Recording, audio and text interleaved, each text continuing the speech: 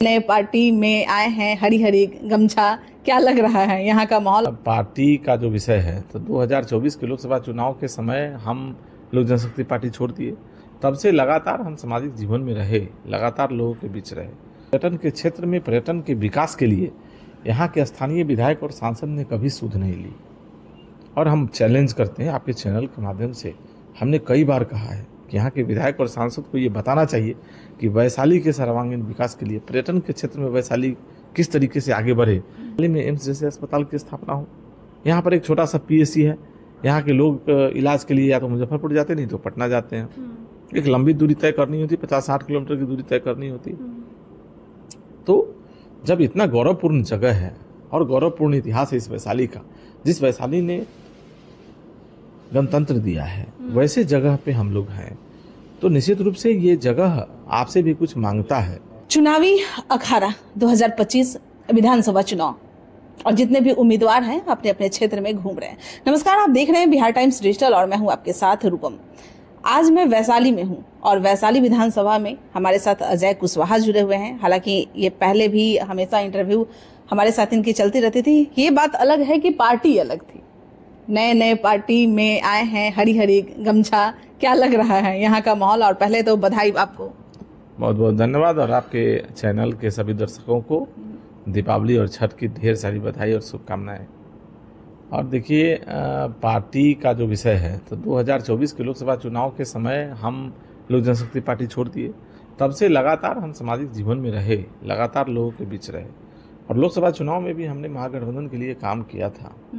हाजीपुर में शिवचंद्र राम जी की मदद में मैं लगातार लगा था और उसके बाद निरंतरता में महागठबंधन के सिद्धांतों के साथ हम जुड़ के रहे, लोगों से संपर्क में रहे, संवाद स्थापित रहा। और ये सही है कि अभी कुछ दिन पहले हम पार्टी ज्वाइन किए, राष्ट्रीय जनता दल जब हमने ज्वाइन किया, और उसके बाद नेता प्रतिपक्ष तेजस्वी यादव जी ने, लालू प्रसाद यादव जी ने मुझ पर विश्वास किया और विश्वास करके वैशाली जैसे सीट पर मुझे प्रत्याशी के रूप में घोषित किया है। और तब मैं नामांकन वैशाली में किया और उसके पश्चात हम लगातार लोगों के बीच हैं। देखिए, वैशाली को लेके हम एक दो चीज़ बड़ा स्पष्टता के साथ कह देना चाहते कि वैशाली में जो भी जनप्रतिनिधि अभी तक, चाहे वो विधायक के रूप में हो या सांसद के रूप में हो, इन लोगों ने वैशाली को पूरी तरह से ठगने का काम किया। और वैशाली में पर्यटन को लेके एक असीम संभावनाएं हैं और हम लगातार कहते हैं कि पर्यटन के क्षेत्र में पर्यटन के विकास के लिए यहाँ के स्थानीय विधायक और सांसद ने कभी सुध नहीं ली। और हम चैलेंज करते हैं आपके चैनल के माध्यम से, हमने कई बार कहा है कि यहाँ के विधायक और सांसद को ये बताना चाहिए कि वैशाली के सर्वांगीण विकास के लिए पर्यटन के क्षेत्र में वैशाली किस तरीके से आगे बढ़े। इसको लेकर के न बिहार विधानसभा के सदन में, न दिल्ली के सदन में यहाँ के सांसद और विधायक ने कभी इस प्रश्न को उठाया। मतलब कभी ये लोग चाहते ही नहीं कि वैशाली का सर्वांगीण विकास हो। ठीक उसी तरीके से चाहे स्वास्थ्य के मामले में देखिए, हम लोगों ने एक लंबी मांग रखी है, बहुत लोगों की ये राय थी कि वैशाली में एम्स जैसे अस्पताल की स्थापना हो। यहाँ पर एक छोटा सा पीएससी है, यहाँ के लोग इलाज के लिए या तो मुजफ्फरपुर जाते नहीं तो पटना जाते हैं। एक लंबी दूरी तय करनी होती, 50-60 किलोमीटर की दूरी तय करनी होती। तो जब इतना गौरवपूर्ण जगह है और गौरवपूर्ण इतिहास है इस वैशाली का, जिस वैशाली ने गणतंत्र दिया है, वैसे जगह पे हम लोग हैं, तो निश्चित रूप से ये जगह आपसे भी कुछ मांगता है कि एक नई व्यवस्था के तहत कुछ बेहतर विकास की ओर हमको भी लेके आगे बढ़े।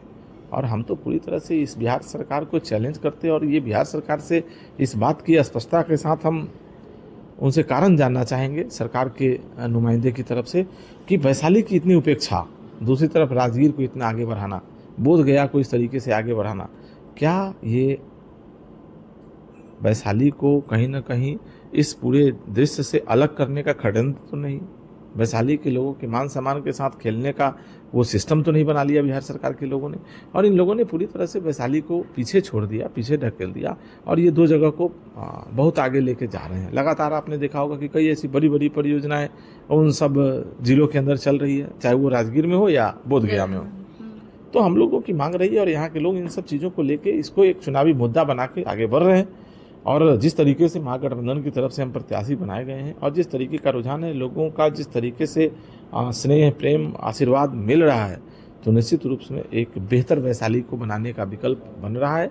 और आने वाले दिनों में जब चुनाव होगा और उसका रिजल्ट आएगा तो आप देखिएगा कि एक नई वैशाली और गौरवशाली वैशाली को बनाने के लिए लोगों ने अजय मैंडेट जी, दिया। आपको भी पता है कि विधानसभा का जो चुनाव होता है तो उसमें लोग क्षेत्रीय जो लोग होते हैं वहां पर जो काम किए हुए रहते हैं उनका चेहरा देखकर वोट देते हैं। उस समय ऊपर या उससे ऊपर मतलब सांसद के समय अलग रहता है, लेकिन इसमें चेहरा देखा जाता है।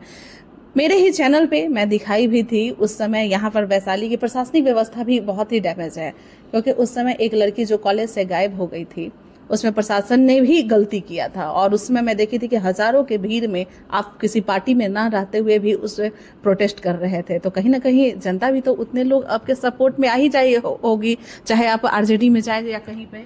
देखिए, ये सही है। जब सामाजिक जीवन में आप होते हैं तो समाज में कुरीतियों के खिलाफ, बुराइयों के खिलाफ, हो रहे भ्रष्टाचार के खिलाफ, इन सब चीजों को लेके आपको हमेशा आगे आके रहना पड़ता, आगे बढ़ना पड़ता। हाँ, लिया था। और जब वो जो आपने बताया संजना भारती एक लड़की थी, उसकी निर्मम हत्या कर दी गई थी और उसमें बहुत सारे मामले सामने आए थे प्रकाश में। और ये सही है कि हम लोगों ने उसमें बड़ा प्रोटेस्ट किया था, कैंडल मार्च किया था। हजारों हजार की संख्या में लोग उसमें जमा हुए थे।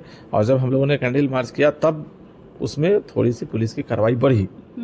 और उसके बाद के दिनों में भी लगातार हम लोग इन सब चीज़ों को लेके हमेशा सामने होते हैं। अभी की घटना है, कल की एक घटना आपको बताते हैं। वही पीरापुर से बगल में एक पंचायत है इस्माइलपुर, उस पंचायत में एक गांव है मजिया, और उस गांव में एक पासवान समाज के एक व्यक्ति 35-36 वर्ष का एक लड़का, उसको मध्य रात्रि में बिहार पुलिस के लोग, कटहरा ओपी के लोग उठा के ले जाते हैं और उसके अगले दिन उसको जेल भेजा जाता है। और जेल जाने के अगले दिन उसको उसके परिवार को बुला के मृतक के रूप में उसका शव परिवार को दे दिया जाता है। हम गए थे कल रात में वहाँ, और जब हम लोगों को मिले तो इतनी निर्ममता के साथ उसकी हत्या कर दी गई थी, ऐसा लोगों ने बताया। पुलिस ने ही हत्या कर दी? पुलिस वालों ने हत्या करी। क्या आरोप लगाया? आरोप ये था कि उनके ऊपर कोई एक शराब के संदर्भ को बेचने के संदर्भ का एक प्राथमिकी उनके ऊपर दर्ज था, और उस प्राथमिकी के आधार पर पुलिस आई, मध्यरात्रि में उसको लेके गई। और अगले दिन जब उसको जेल के सलाखों के अंदर डाला गया तो अगले दिन उसका जो है ना वो डेड बॉडी उसके परिवार को बुला करके प्रशासन के द्वारा दिया गया। और इसको सूद लेने वाला कोई नहीं था, कोई भी आदमी इसको बाहर के आगे सामने आके इसको देखने वाला नहीं था। और मैं जब गया वहाँ तो वो काफ़ी मार्मिक क्षण था। और उस व्यक्ति के 4 बच्चे हैं, 3 बेटी और 1 बेटा, सब छोटे छोटे बच्चे हैं, 2 साल, 3 साल, 5 साल, 8 साल के बच्चे सब हैं। अब आप बताइए, एक बुजुर्ग उनके पिता और एक उनकी बेवा, मतलब ये 4 लोगों का, वो 5 लोगों का परिवार है। अब आप देखिए कि ऐसे मामलों में तो हम लोगों को ये बहुत बुरा लगा। तो हम लोगों ने वहाँ के लोकल यूट्यूबर्स को, बहुत लोगों को बुला के हमने कहा, भाई इसको प्राथमिकता के आधार पर आप लोग दिखाओ, चलाओ, और प्रशासन से मांग करो कि जो बड़े पदाधिकारी हैं इसकी न्यायिक जांच कराएं और ऐसे मामलों में दोषी पदाधिकारियों पे कार्रवाई हो। हमने महुआ एसडीपीओ से बात भी किया। तो हर व्यक्ति अपने तरीके से अपने पक्ष की बात करते हैं, उन्होंने अपने पक्ष की बात करी, लेकिन कहीं ना कहीं इस मामले में ऐसा प्रतीत हुआ कि कुछ लोग, पुलिस प्रशासन के लोग इसमें मिली भगत के साथ इसके साथ कोई ना कोई षड्यंत्र हुआ है और इस तरीके से उसकी हत्या कर दी। मेरा कहने का मतलब यही है कि आप चाहे किसी भी पार्टी में हो, आपने इतना काम किया है नहीं, और आपका तो संगठन मजबूत होगा, क्योंकि आप लोजपा में भी थे, उसके बाद फिर आरजेडी में है, अपना फेस वैल्यू जो कि यहाँ पे कर रहे थे, तो जाहिर सी बात है मजबूती तो पूरा नहीं। हमारे व्यक्तिगत रिस्पॉन्स है और हम व्यक्तिगत लोगों से कनेक्ट होते हैं। हम पार्टी और वो धर्म संप्रदाय से किसी के साथ कनेक्ट नहीं होते हैं, हम व्यक्तिगत तौर पे किसी के साथ कनेक्ट होते हैं। और उसका सबसे बड़ा कारण ये है कि उसमें हमारा कोई लोभ नहीं होता है। आप मेरे पास आते हैं, कोई व्यक्ति हमारे पास आता है और वो अपनी बात बताता है, मेरे से अगर उसमें कुछ बन पड़ने वाला होता है तो हम उसके लिए पूरा प्रयास करते हैं, चाहे वो हॉस्पिटलिटी का मामला हो या अन्य कोई मसला हो जिसमें हम उनका सहयोग कर सकते हो, वो हम करने का पूरा प्रयास करते हैं। तब वो व्यक्ति हमारे से कनेक्ट होता चला जाता है। हम ये नहीं देखते कि ये व्यक्ति हमारे पास पहली बार आया है तो हम इसकी मदद करें या नहीं करें। चूंकि हम सामाजिक जीवन में हैं तो हम लोग निश्चित रूप से ये चाहते हैं कि जो भी व्यक्ति हमारे पास आया है, जिस आस के साथ मेरे पास आया है, जिस आशा और विश्वास के साथ हमसे मिला है, तो हम लोगों से जितना बन पड़े उतना इनकी मदद हमको करनी चाहिए। एक लास्ट सवाल है कि आपके बारे में भी कहा जा रहा है कि आखिर वो ऐसे नेता के साथ क्यों मिले जो कि कलम फेंकता है, जिसे कलम की वैल्यू नहीं पता है। देखिए, उसको दुष्प्रचारित किया गया। और सबसे बड़ी बात है कि जहाँ हजारों हजार लोगों की संख्या में भीड़ हो और जब कोई चीज़ आपको मिलता है और लोगों को वितरण करना होता है, तो कभी आपने देखा होगा कि कई बार सभाओं में, कार्यक्रम में जब बहुत लंबा भीड़ होता है, माला लोग देने आते हैं तो लोग माला फेंक देते हैं ऐसे करके, तो क्या कोई माला फेंक सकता है? ये अच्छी बात है? नहीं ना। लेकिन वो परिस्थिति बनती है जब हजारों हजार लोग कहीं होंगे और हमारी इच्छा होगी कि भाई हम सबको कुछ दें, कोई गिफ्ट हमारे पास पड़ा है, तो एक एक व्यक्ति को बुला के कोई कैसे दे सकता है? क्या लग रहा है कि रोजगार का मुद्दा लेकर जो आप लोग आगे बढ़ रहे हैं, वैसे में प्रलोभन में आएगी जनता? नहीं, इसमें कोई प्रलोभन वाली बात नहीं है। आप जब तेजस्वी यादव जी का ट्रैक रिकॉर्ड देखेंगे तो पिछली सरकार में 17 महीने की सरकार में जब राष्ट्रीय जनता दल के लोग थे, तेजस्वी यादव जी वहाँ थे, तो उस समय जिस तरीके से नौकरी लोगों को मिला, बिहार में नौकरी का जो सृजन हुआ, उसके बाद फिर से ठप पड़ गया।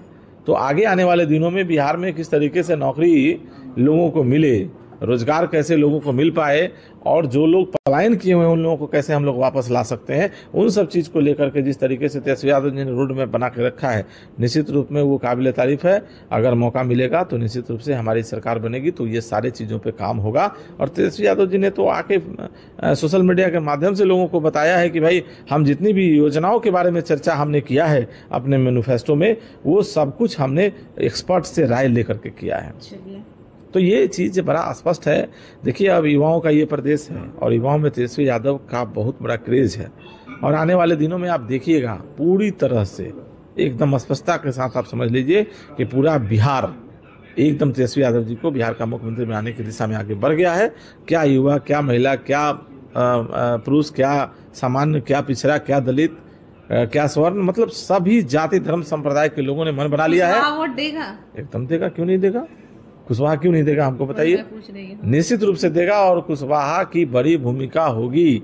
कुशवाहा किंग मेकर के तौर पर राष्ट्रीय जनता दल के साथ है, समाहित हुआ है। आने वाले चुनाव में आपको कुशवाहा, सम्राट चौधरी और उपेंद्र कुशवाहा तो एनडीए की तरफ है। अब खुद से नेता कोई बन ले तो वो कोई बड़ी बात नहीं है ना। अब कोई व्यक्ति अगर अपने से अपनी बात कह के मुंह मियां मिट्ठू बन ले तो वैसे नहीं चलेगा। सम्राट चौधरी जी ने कितना सीट दिया है भारतीय जनता पार्टी की तरफ से कुशवाहा समाज को, आपने देखा है? तो जो व्यवस्था पहले चलती आ रही थी उस पार्टी के अंदर, उससे भी एक सीट कम कर दिया गया है। तो ये सब नहीं चलने वाला है। आपको जिसकी जितनी संख्या भारी उसकी उतनी हिस्सेदारी का जो फॉर्मूला था उसको लागू करना होगा, तभी जाकर के आपको मिलेगा। उपेंद्र कुशवाहा जी को देखिए क्या कर दिया गया, किस तरीके से उनको 6 सीट पे समाहित कर दिया गया। 6 सीट पे उनका आंकड़ा बना के उनके सामने पेश किया गया। उपेंद्र कुशवाहा जी की ये हैसियत थी, कुशवाहा समाज 6 सीट पे पूरे बिहार में लड़के अपना काम पूरा कर लेगा। कभी उपेंद्र कुशवाहा जी इसी एनडीए के पार्ट थे तो उनको 21 सीट मिली थी और आज 6 सीट मिला है। तो आप समझिए कि आपकी हैसियत को किस तरीके से किसी पार्टी ने दबाने का काम किया है। तो इस तरीके से अगर कोई करता है तो ये समाज के जो लोग होते हैं वो भी देखते होते हैं, उनको भी अपनी हिस्सेदारी चाहिए होती है। अगर उनकी संपूर्ण हिस्सेदारी आप नहीं देंगे तो वो भी अपने तरीके से सोचेगा। इसलिए इस बार एकदम स्पष्ट है, कुशवाहा समाज पूरी तरह से पूरे बिहार में महागठबंधन के साथ वोट करेगा, महागठबंधन के लोगों को जिताएगा और तेजस्वी यादव जी बिहार के मुख्यमंत्री होंगे। चलिए, तेजस्वी यादव बिहार के मुख्यमंत्री होंगे, महागठबंधन की तरफ से कहा जाता है, और एनडीए की तरफ से कि नीतीश कुमार का चेहरा होगा और वो मुख्यमंत्री होंगे। वो तो देखने वाली बात होगी कि रिजल्ट निकलता है तो उसके बाद किसके मुख्यमंत्री बनते हैं। तो अभी के लिए इतना ही, बने रहें बिहार टाइम्स डिजिटल के साथ। धन्यवाद।